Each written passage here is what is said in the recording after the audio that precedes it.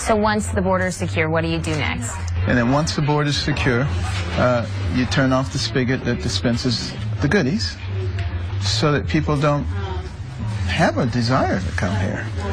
And that takes care, I think, the illegal flow in. And you have to do that all the borders, by the way, not just the southern border, because I'm also very concerned about global jihadists who want to come in here. They're very dangerous people. And after you turn off the spigot, you still have, at least 11 million people that you have to deal with. Now, if they have a pristine record, and they would like to stay, and they're willing to engage as guest workers in the areas where we need guest workers, I have no problem with that. But they have to pay a back tax penalty, and they have to pay their taxes going forward, and they have to maintain a pristine record. They do not get voting rights, and they do not become citizens unless the citizens of the States want them to become citizens. So what areas would you say that are good places for these?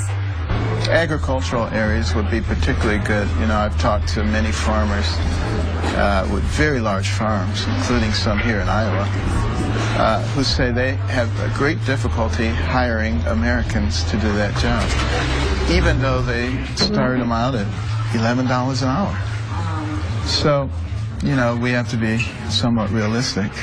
Doesn't that eerily sound like indentured servitude? It sounds like you're not forcing anybody to do anything. So I don't see how that would be indentured servitude. Nobody has to do it. They're perfectly welcome to leave. But they wouldn't have the same rights that if they were here as an American citizen? No, they wouldn't, because they're not here legally. So they're not American citizens.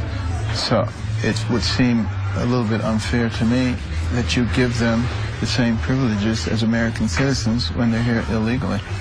But wouldn't they be here legally if they were given the path that you're talking about, where they could come and work on farms, etc.? Well, so you're talking a slippery slope there. Okay. If you give them an inch, they want to take a mile. No, we only give them an inch, we don't give them a mile. I guess where do you draw the line then? I draw the line right there. They are welcome to be guest workers if they're willing to work in a segment where Americans don't want to work.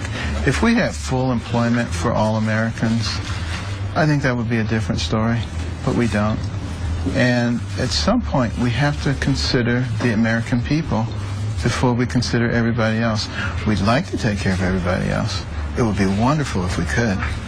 But it's sort of like being in a lifeboat that has a capacity of 50 people, and you look out there, there's 10 more. Oh, God, what are you going to do? Well, we'll just take them on, and then everybody sinks and dies. You just have to, at some point, be pragmatic.